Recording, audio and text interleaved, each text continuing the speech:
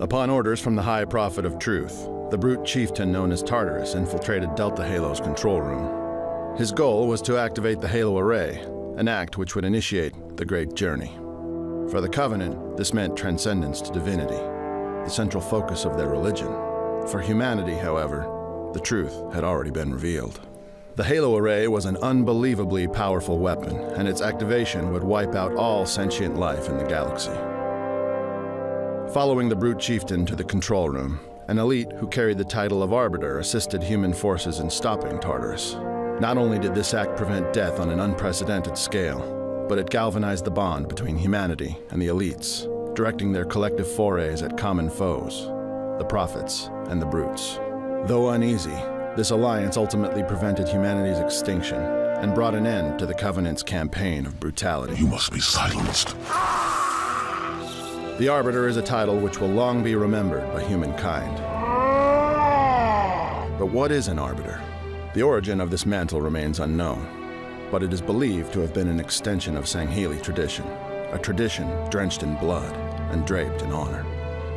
When the elites joined the Covenant, the Arbiter became the guardian of the Great Journey, the protector of all things they held sacred.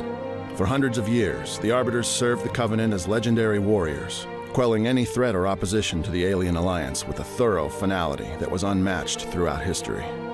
They were the ones who forced the Hunters into submission, the ones who would bring death to billions in order to crush the Grunts' rebellion. The only thing which was guaranteed about this title was the certainty of self-sacrifice. Each Arbiter would die in the line of duty, just as the one before him, and just as the one who would follow after. This was the legend of the Arbiter.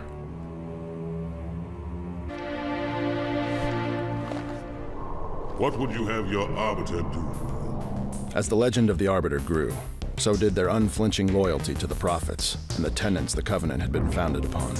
They became the vanguard of the Great Journey, the protectors of all the Covenant. Then came an Arbiter known as Fal Chavami, an elite general who began to question the validity of their faith, even in the presence of the hierarchs.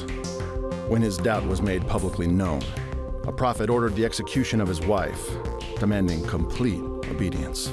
This mandate carried with it unexpected results, as Fal struck back at the prophet, single-handedly slaying hundreds of Covenant soldiers before falling to the sword himself. While his revolt against the hierarch's authority allowed them to twist the position of Arbiter into a mark of shame, its necessity would not falter. Hundreds of years later, a ruthless elite warlord by the name of Ripa Morami would come to claim the same title.